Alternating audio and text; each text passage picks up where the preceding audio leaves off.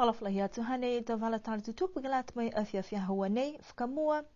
Kua whakailoa atua I he whahe purenga hua he whakatuwhono ko Mr. Manila no Sa, ko ia ne kumoa e koto whaanga ke lata mai uru whakatonu fōu he whahe malolo sino.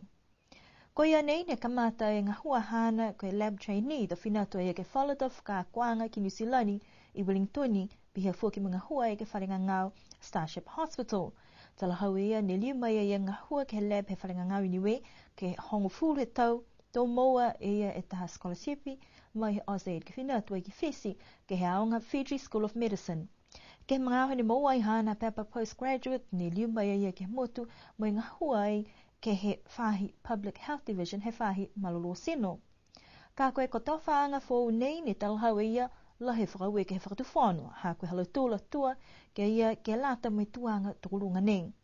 Kua mana ke ia ke ngā hua whalataha mai tau tangata ngā hua, tau tangata he motu, tau whahi ngā hua he whakatuwhono, tau matakau I whawhe whakatuwhono, pia fōki mai whakatuwhono niwe,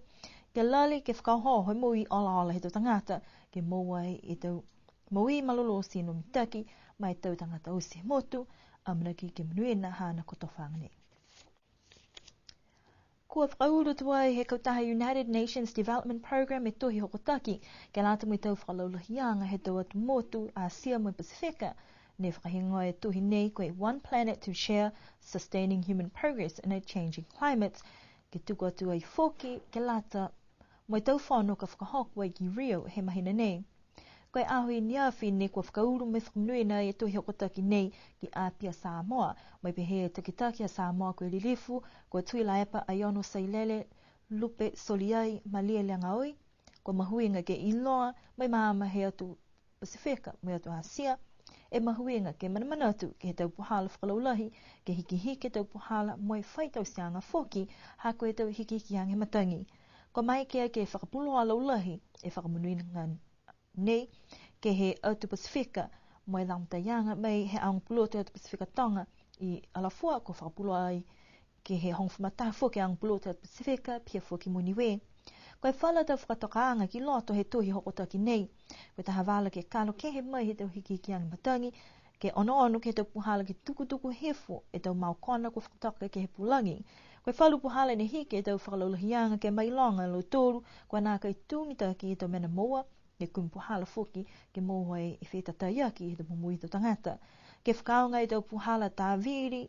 he tau hela whakaonga I he la moe whalua puhala foki, kai nā kai tua lahi ke he tau lolo oela. Kua lata ke whai anonoanga foki ke lau tōru ne kua nonofu atu I whafu he tau loto taone, ke moa lau tōru e tau whakakuanga, ke mai ke kai whai puhala moa tope, moe whetata iaki tau tangata ke mai ke lau tōru, ke moa mui tū hanghanga mitaki, ke mai kei whakalo tūru ke totoko atu ke he tau hiki ang he tau matangi. Kua mana ki ai e tau takitaki he tau kautu he larolangi ke whai whakatutālanga whakalaulahi ki Rio he mahina nei, mai whai anoanoanga ke tau matakupu mahuenga pehenei. Kua holomita ke tau wheua fusieka whetoko koe Black Hat Fishing Competition ne kua whakatoka e whae whenonga e vaewa, koe wheua nei whakahokua I ke he tōru e aho ne kamata I ke hawhaiumu, mai ke toko hongwhamatoru e tau tangata fusieka mai te mutu kehe ke hoko mai o atu ai ke tau posi. Koe toko tōru whumataha I alo tōru ne kua whakamau tau hingoa foki ke lata mito wheua ke he tau vaka ko lo tōru ia tau tangata nono kumotu. Ke hea whakapā ke he fufuta he tau vaka ne kisiai, ko ia ne ko moa eka ne ko mua te mamafa ko pili tālangi me hana waha kula hongwhamatoru kilo, moe katoa toa he mamafa foki he tau eka hongwhamaono poini vale kilo, ka ko tutuli heka ne moa ia e palu ngu whapoini ue kilo. Ke he vevehanga he tau posi, ko ia ne moa eka ne ko mua te mamafa ni fusi mai he mohana hokolo ko kalaputu ko I tonga moa e paala uano poini ue kilo he mamafa. Ko Marty van der Veld ne moa ia e utu whapoini one kilo, ko ia foki ne moa e kautu ke mamafa tau eka katoa toa ke hea whakapā koe tōru 5.2 kilo. Mai katoa toa he tau eka ne moa lau tōru ke tau posti koe tāseu 7.1 kilo. Ke vevehanga tau waka koe katoa toa tau eka ne moa ai 8.5 kilo. Ka koe ahoi ni awhi, aho ke uaki, koe ua furu eka ne moa ai ke tau waka, si koe ia ne moa ai e waha kula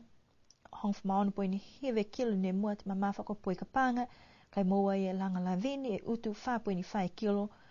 moi moa i foki e po i kapanga e ala he mua, he mamafa e katoa toa e tau ika, koe tolu ua po ni tolu kilo, ko leo tolu ke tau posi, hong furu ma tolu ne ika ne ko moa he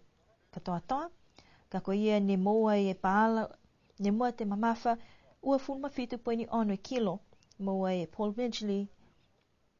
moa e Jerry Pattenden, ka ko Paul Midgley, moa e ia mahakula hong furu ma 5.1 kilo, moa e tangata ne moa e tau ika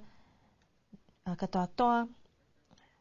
moa mamafa tolu ue kilo, whinatua i gia John Douthwaite. Ne talhau wai e takitake he whahi whenonga vaeva, ko lahi e mawhala, mo i whiawhia tau whiua, mo i kua whita foki, whauli alo tolu ni ko hoko mai, mo i tau siusei ke liriu mai foki he tau ahi mua, wa ke tau kahau ke tau whiua pehenei. Whakatu tala i foki, mo i taha he tau tangata, ni ko mai ke lamatea tu ke tau whiua, mo i taha tu wai tau tangata, ki moana, talahau ia, lahi mawhala he tau whiua, si mitaki foki ke lata mo i tau whakahoho, he tau whahi whenonga vaeva ke motu. Nā kaila mō mai e tau ola ke lata mea honei, ka kua tuwhatuwha atu e tau pale ke lata mea honei, ke he awhiawhinei ke crazy unga, ka kua tau se ke lata mo i tuwhatuwhanga he tau pale ka toa toa, to tau se ke Joannas he awhiawhia hatu loto. Ko la he manuena e aho whakataata he maanga ko ha kupu, kua afua mita ke aho, ke he uki wahatapu e kua mole atu, kua longa tau kai lolo ni kua whakafua, tau ko loanga hua lema ni kua whakatata, mai ono atu foki, nā kei longa lohe tau whale whakafua kai tunga ni whamahani kiai. Kua kamate aho mai tau whakaholoanga ni kua whamahani kiai, mai hawhanianga, mai he whono tuk maanga, hai foki e longa maanga, mai fusianga he sini, he foki mai whalu a tau whakamatalanga, mai he tau matua he maanga. Ka koe taha whakaholoanga foki ni kua tau sia e ki hawhangi, mai whakamanuina i foki, e pale vau ni kua whakafowai ki tua sea, mo i tau tupe ni kua ki mai he whakatawhano. Koe matapatu manatu ke lata e mo e tau whakawhiawhianga a whakatataha ha kupu ke lata me tau waiwhi hong whamaua, koe ha kupu kau whakataha, ko mai ke tuku atua i foki lo tolu, e uina ke he tau holonga ni kua tutupu mai, he tau tupuna ha kupu ni kua nonofu atu ke he tau maangi tua, ke o mai lo tolu ke kau whakataha, me tau sei foki tau kori whakatataha. Ka koe wheua ni koe whakatali o se tau tangata ki ai, koe wheua fōu ne whakahingoa ai koe strongman competition, ke moa e tangata ni koe mua atu he malolo. Koe wheua nei ne kua whakatokatoka e Nisa Marie Jackson mo Regan Ioane. Toko hewa lo tōle tau toa ni koe hohoko atu mo i whakamau hefua lo tōle tau hingoa ke lata mo i tau whitoko he aho. Koe whae wheua ke kehe ni koe whitoko ki ai, koe langaki mo i fulufuluhi e hui tūle ke tālahi. Langaki he tau patu o mamafa ki lunga, he tau talamu. Koe whakaholoanga langaki mamafa deadlift, moe toho i foki e tule ke tā. Kua whakausia e tau wheua nei, moe ki sia e ko ia ni kautu ke lata mai tau nei ko Clayton Viliamu, tu ua ia Molit Makaniwe, me tu tolu ai a Jerome Vili tolu tau e vihi. Koe amanakianga ke matuta ke tau wheua pehe nei, moe lari ke whakahoho foki whalu tangata ke tau wheua tunge langa ki mamafa mo sivi leke. Ka kua tolahi e whiawhia he tau tangata, moe maanga ko ha kupu ke halu tola whatata, moe amanaki foki ke mawhalu pia ni ke he tau kahau. Pia e tau wala tante tupu ni ko mō mai ke lata moe awhiawhinei amanaki liu, whai wala tante tupu foki ke awhiawhi hatu loto. Nono whamini ni po atu li liwa te tolu ke Whelevea.